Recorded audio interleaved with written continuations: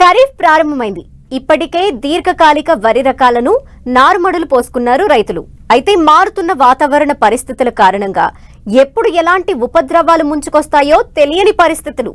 అందుకే అతి తక్కువ కాలంలో పంట చేతికొచ్చే పలు రకాలు సాగుకు మొగ్గు చూపుతున్నారు. అయితే ఖరీఫ్ కు అనువైన స్వల్పకాలిక రకాలేంటి, వాటి గుణగణాలేంటో ఇప్పుడు చూద్దాం.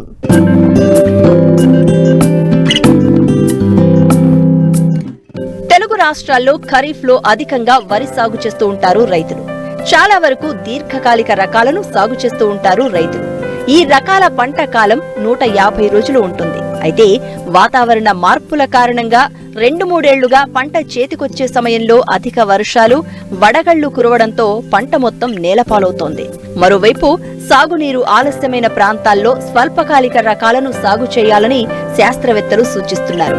అసలు ఖరీఫ్ కు అనువైన స్వల్పకాలిక రకాలేంటివి, వాటి గుణగణాలేంటో రైతులకు తెలియజేస్తున్నారు వరంగల్ ప్రాంతీయ వ్యవసాయ పరిశోధనా స్థానం శాస్త్రవేత్త సతీష్ చంద్ర. రైతాంగము స్వల్పకాలిక రకాల విషయానికి వచ్చినట్లయితే ఎటువంటి రకాలు మనం ఎంచుకోవాలి, స్వల్పకాలిక రకాలు ఎప్పటి వరకు మనం నార్లు పోసుకోవాలి కనుక చూసుకున్నట్లయితే ముఖ్యంగా 120 రోజుల కోతకు వచ్చేటువంటి రకాలు.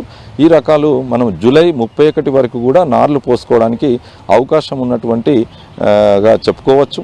వీటిలో కూడా మనకు మార్కెట్లో ఎక్కువగా డిమాండ్ ఉన్నటువంటి రకాల విషయానికి వచ్చినట్లయితే ప్రొఫెసర్ జయశంకర్ తెలంగాణ రాష్ట్ర విశ్వవిద్యాలయం నుంచి విడుదలైనటువంటి రైతాంగం ఎక్కువగా ఆదరణ పొందుతున్నటువంటి రకమైనటువంటి తెలంగాణ సోనా 125 నుంచి 125 రోజుల లోపల కోతకు వచ్చేటువంటి అతి సన్నగింజ రకం. ఈరోజు దాదాపుగా వానాకాలంలో ప్రతి సంవత్సరం తెలంగాణ రాష్ట్రంలో సుమారు 10 నుంచి 15 లక్షల ఎకరాలలో సాగుతున్నటువంటి ఈ వరి వంగడంగా ఈ రకాన్ని చెప్పుకోవచ్చు.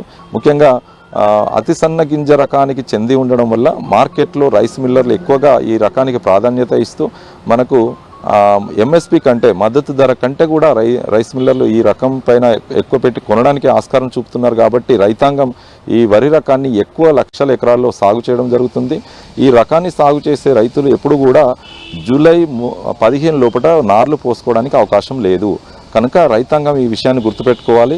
జూలై 15 తర్వాత మాత్రమే ఈ ఆర్ఎన్ఆర్ 15-048 అనే వరి వంగడాన్ని కనుక నార్లు పోసుకున్నట్లయితే మీరు ఈ కాలం పొడిగింపు లేకుండా అనుకున్నటువంటి దిగుబడులు సాధించడానికి అవకాశం ఉంటుంది. కనుక దీనికి ఉన్నటువంటి ప్రత్యేక లక్షణం కనుక చూసుకున్నట్లయితే కొంతమేర ఈ కాండం తొలుచు పురుగు అనేది ఆశించే అవకాశం ఉంటుంది కనుక తగిన సస్యరక్షణ చర్యలు తీసుకోవాల్సిన అవసరం ఉంటుంది.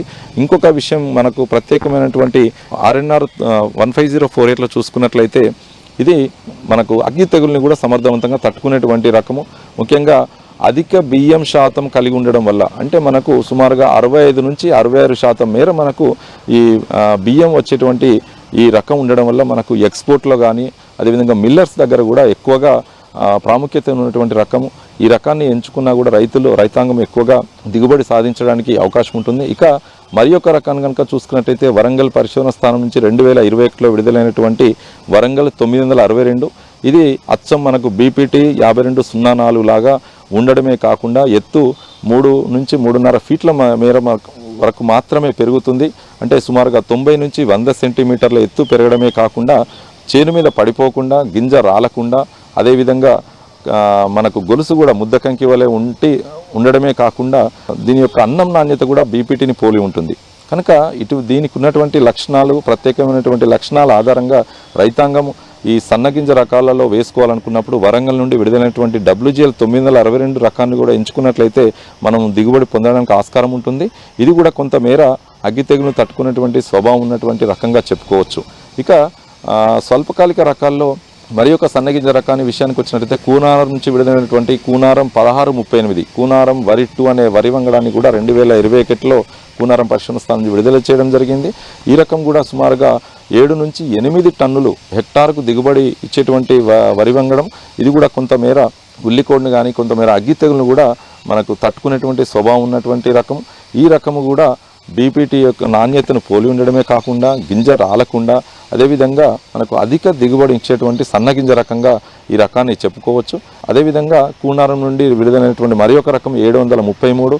ఈ రకం కూడా మనకు 120 నుంచి 125 రోజుల లోపల కోతకు వచ్చేటువంటి రకము. ఇది కూడా కొంతమేర అగ్గి తెగును తట్టుకోవడమే కాకుండా సుమారుగా 26 నుంచి 30 క్వింటాల దిగుబడి ఇచ్చేటువంటి సామర్థ్యం ఉన్నటువంటి రకం. కనుక ఈ రకాన్ని కూడా ఎంచుకున్నట్లయితే రైతాంగం మనకు ఆశించిన ఫలితాలు సాధించవచ్చు. ఇక సన్నగింజ విషయానికి వచ్చినట్లయితే మనకు రాజేంద్రనగర్ వరి పరిశోధన సంస్థ నుంచి RNR 21278 అనే 120 రోజుల పొట్టి వంగడాన్ని కూడా విడుదల చేయడం జరిగింది. ఇది పొట్టిగా ఉండడం వల్ల సుమారుగా 80 నుంచి 90 సెంటీమీటర్ల ఎత్తు పెరగడమే కాకుండా చేను మీద పడిపోకుండా ఉండడం వల్ల దీని యొక్క దిగుబడి కూడా అన్నం నాణ్యత కూడా బాగుండడం వల్ల కూడా రైతాంగం ఈ రకం వైపు కూడా మొగ్గు చూపుతున్నారు. ఇది సుమారుగా 25 నుంచి 26 క్వింటాల దిగుబడి ఇచ్చేటువంటి సామర్థ్యం ఉన్నటువంటి రకము. వరి సాగులో రకాల ఎంపిక, సాగు చేసే సమయం, పంట కాల పరిమితి అనేవి కీలకం. కాలువల కింద నీరు ఆలస్యమైన ప్రాంతాల్లో లేదా బోర్ల కింద నీటి లభ్యత తక్కువగా ఉన్న ప్రాంతాల్లో తక్కువ కాలంలో పంట చేతికొచ్చే అనేక స్వల్పకాలిక దొడ్డుగింజ రకాలున్నాయి. కొంతవరకు తెగుళ్లు తట్టుకునే రకాలు, వాటి గుణగణాలు చూద్దాం. మార్కెట్లో మనం 2 కాలాలకు సరిపడినటువంటి ఈ దొడ్డు గింజ రకాల విషయానికి వచ్చినట్లయితే మనకు అందుబాటులో ఉన్న రకాలు చూసుకున్నట్లయితే దానిలో ముఖ్యంగా KNM 118 కూనారం సన్నాలు. ఇది కూనారం పరిశ్రమ స్థానం విడుదలైనటువంటి దొడ్డు గింజ రకం అని చెప్పవచ్చు. ఇది కూడా సుమారుగా 28 నుంచి 30 క్వింటాల దిగుబడి ఇచ్చేటువంటి సామర్థ్యం ఉన్నటువంటి రకము. ఇది కొంతవేర మనకు పొలంలో రాలకుండా ఉండడమే కాకుండా ఇది చేను మీద పడిపోకుండా మరియు కొంతమేర అగ్గి తెగులు కూడా సమర్థవంతంగా తట్టుకునేటువంటి రకంగా చెప్పుకోవచ్చు. ఇక జగిత్యాల నుంచి విడుదలైనటువంటి JGL 24423 ఇది దొడ్డు గింజ రకము. పొడవు దొడ్డు గింజ రకానికి చెందినటువంటి 120 నుంచి 125 రోజుల పూట కోతకు వచ్చేటువంటి రకంగా ఈ రకాన్ని చెప్పుకోవచ్చు.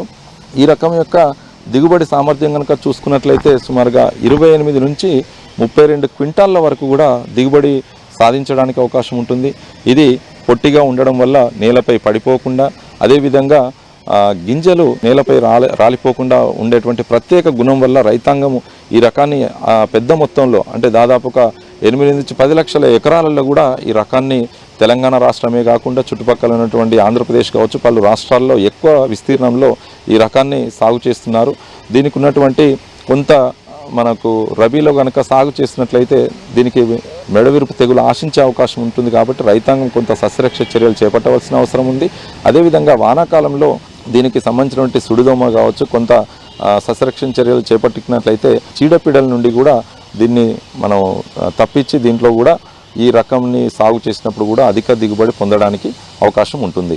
ఇక మరి ఒక రకాన్ని కనుక చూసుకున్నట్లయితే ఈ కూనారం నుంచే కావచ్చు, అదేవిధంగా ఈ మధ్య కాలంలో వరంగల్ పరిశోధనా స్థానం నుంచి విడుదలైనటువంటి వరంగల్ 1119 అనే స్వల్పకాలిక వంగడాన్ని 2023 సంవత్సరంలో ఈ SVRC అంటే రాష్ట్ర విత్తన విడుదల కమిటీ ద్వారా విడుదల చేయడం జరిగింది.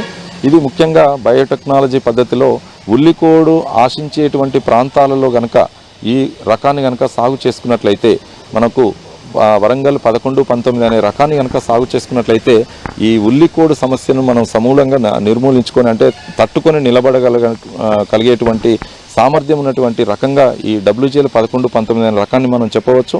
దీనికి ఉన్నటువంటి ప్రత్యేక గుణాలు కనుక చూసుకున్నట్లయితే దీని యొక్క దిగుబడి సామర్థ్యం వచ్చేసి 26 నుంచి 30 క్వింటాల ఎకరానికి దిగుబడి ఇచ్చేటువంటి రకము. అదేవిధంగా ఈ రకం కొంతమేర ఈ మెడవిరుపు తెగులను కూడా కొంతమేర తట్టుకొని మనకు అన్నం నాణ్యత కనుక చూసుకున్నట్లయితే అన్నం నాణ్యత మనకు BPT వలె ఉండడమే కాకుండా ఎక్కువగా అధిక బియ్యం శాతాన్ని కూడా కలిగినటువంటి రకంగా ఈ రకాన్ని చెప్పవచ్చు.